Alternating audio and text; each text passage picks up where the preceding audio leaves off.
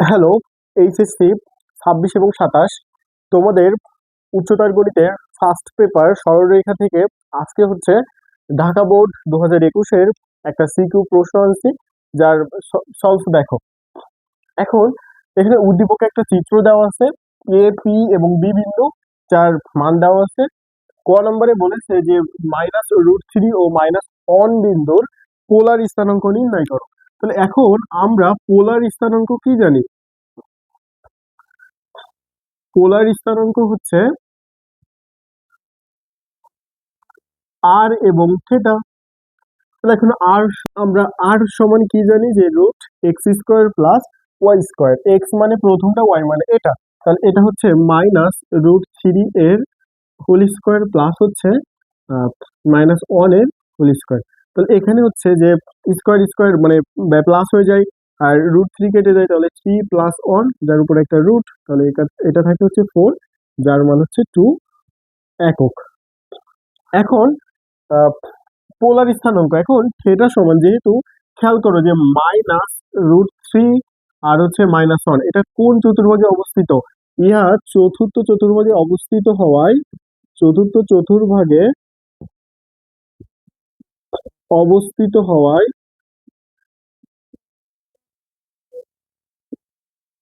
এর থিটা সমান হচ্ছে পাই প্লাস tan ইনভার্স y/x। তার মানে y হচ্ছে -1 আর হচ্ছে -√3, এটা কেটে যায়, পাই প্লাস এটা হচ্ছে পাই/6।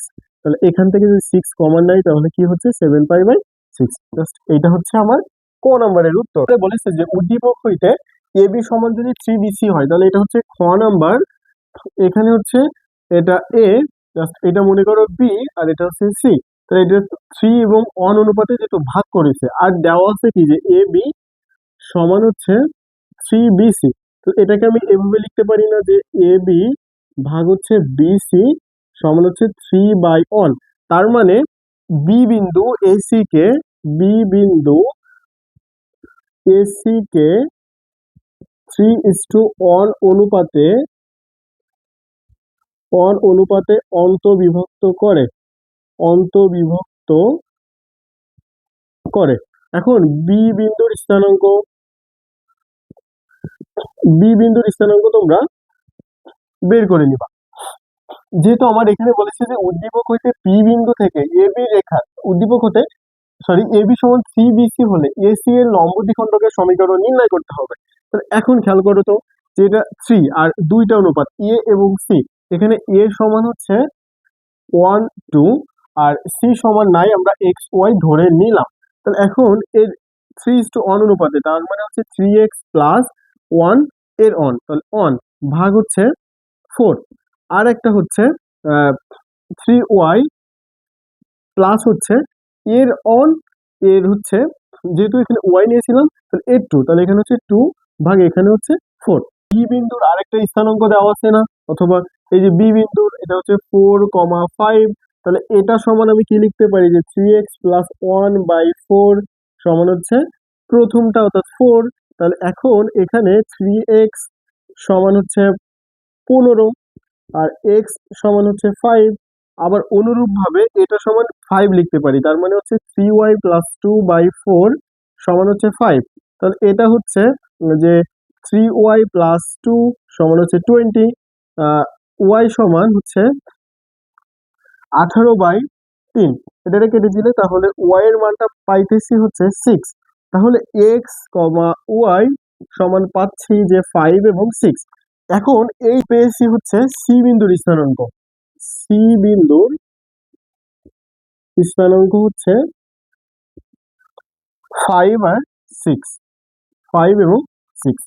এখন এই যে এ এবং বি এর মাঝের আরেকটা বিন্দুর আমি মধ্যবিন্দু বের করে নিব। তাহলে এ সি এর মধ্যবিন্দু, এই এ এবং সি এর মধ্যবিন্দুটা পেয়েছি, আর সি বিন্দুর স্থানাঙ্ক তো আমি এটা পেয়েছি, তার মানে 1 + 5/2, আর একটা হচ্ছে 2 + 6/2। তাহলে এখানে পাইতেছি হচ্ছে 3 আর এখানে 4। তাহলে এখন এই যে এসি রেখার ঢাল, এসির ঢাল যদি আমরা বের করি, এম সমান সেটা কি হচ্ছে y2 মাইনাস y1, তার মানে হচ্ছে 6 মাইনাস এখানে হচ্ছে y1 হচ্ছে 2, আর একটা হচ্ছে 5 মাইনাস এখানে y1 হচ্ছে 1, তাহলে এখানে পাইতেছি হচ্ছে 4/4, এটা কেটে দিলে 1, তাহলে এসি এর লম্ব রেখার ঢাল, লম্ব দ্বিখণ্ডকের ঢাল, লম্ব দ্বিখণ্ডকের লম্ব দ্বিখণ্ডকের ঢাল হচ্ছে যেটা থাকে তার উপরই মানে বিপরীত হয়ে যায় একটা মাইনাস।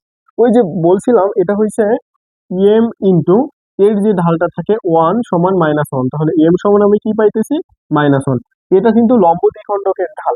তাহলে আমি একটা একটা স্থানাঙ্ক পেয়েছি, একটা ঢাল পেয়েছি, স্থানাঙ্ক এবং ঢাল দ্বয়ের সমীকরণ বের করবো, অর্থাৎ 3, 4 এবং -1 বিন্দুগামী রেখার সমীকরণ।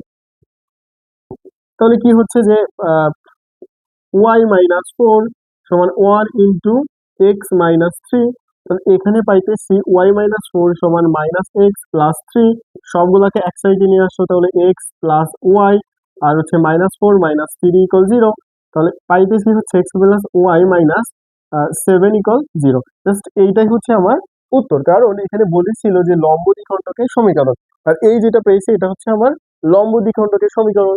দেখো তো বোঝো কিনা।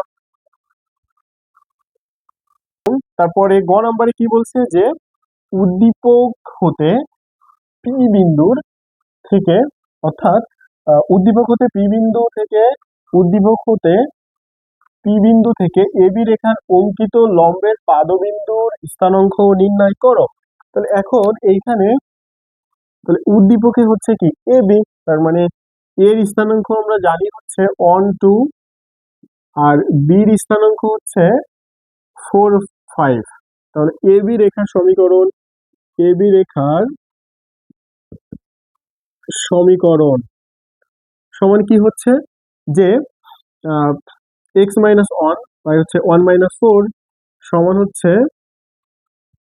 y-2 ভাগ হচ্ছে 2-5।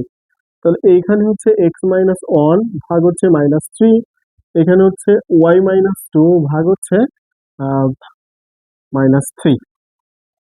এখন দেখো তো যে উভয় সাইড থেকে হচ্ছে -3 কেটে দিলাম, তাহলে x-1 সমান y-2, তাহলে পাইতেছি হচ্ছে x-y, আর 2টাই পাশে আসলে হচ্ছে +1 = 0। এটা তাহলে এখন এর ঢাল দেখো তো আমরা কি পাইবো, ঢাল m সমান ওয়াইটা রেখে সবগুলোকে এই পাশে দিলে কি হয় -1 হয় না, পাইতেছি হচ্ছে -1।